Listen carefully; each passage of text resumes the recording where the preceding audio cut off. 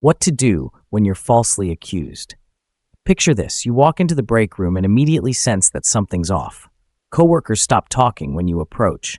Eyes dart away. Later that day, your manager calls you in for a private meeting. Someone has accused you of manipulating data on a project.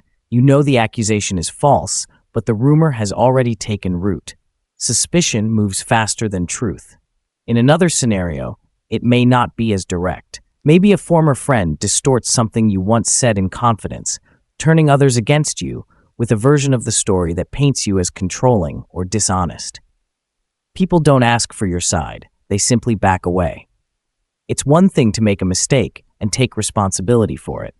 It's something entirely different and far more painful to be blamed for something you didn't do. Few experiences cut deeper than being publicly shamed or falsely accused, especially when the truth doesn't seem to matter. The emotional impact can be overwhelming, not just because of the lie itself, but because of how quickly others are willing to believe it. In moments like these, the question becomes, how do you defend your character without looking defensive? How do you protect your dignity once the damage has already begun? The first and most critical step is resisting the impulse to retaliate in anger. It's natural to feel rage or disbelief, but outbursts, whether verbal or emotional, often play into the narrative others are already starting to believe. Shouting, calling names, or demanding apologies may feel justified, but they rarely change public perception. Instead, they can reinforce the image of someone who's unstable, reactive, or guilty. Equally unhelpful is the emotional collapse. Venting to the wrong people, crying in front of a crowd, or making long emotional posts online may attract temporary sympathy, but they can also make you appear weak or attention-seeking. Worse, your vulnerability might be used against you. And then there's the temptation to get even. If you know damaging information about your accuser, you might be tempted to use it, but doing so only drags you down to the level of the person who wronged you.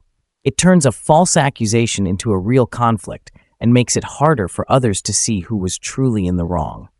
There's a difficult paradox at play here. The more you try to prove your innocence, the more suspicious you may appear. Sociologist Peter L. Berger once noted that when a strong enough accusation is repeated by a large enough group, the accused may eventually begin to accept the label others have imposed. And once people begin internalizing the false image of themselves, they often start living it.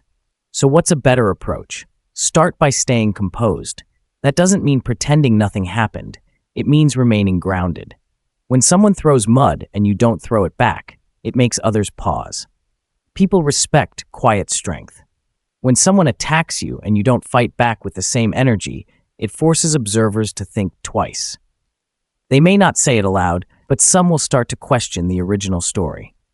Next, speak with the people who matter, those who know you well and have a reason to trust your words. You don't need to make a public statement.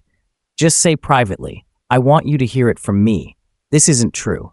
If even a few people believe you, that support will anchor you through the storm. Most importantly, let your integrity speak through action. Don't obsess over clearing your name in every corner. Show up. Do your job. Stay consistent. Over time, the truth often reveals itself not through words, but through the way you carry yourself. And when the moment feels right, whether in a conversation with your accuser or simply in your own heart, say what must be said. I know who I am, and this does not define me. False accusations can shake your identity, but they only truly win if you start believing them yourself. In a world that often rushes to judgment and rarely stops to listen, the most powerful response isn't revenge or retribution. It's quiet confidence grounded in truth. Thank you for watching. If you found this video helpful, don't forget to like and subscribe to the channel so you won't miss more content like this in the future.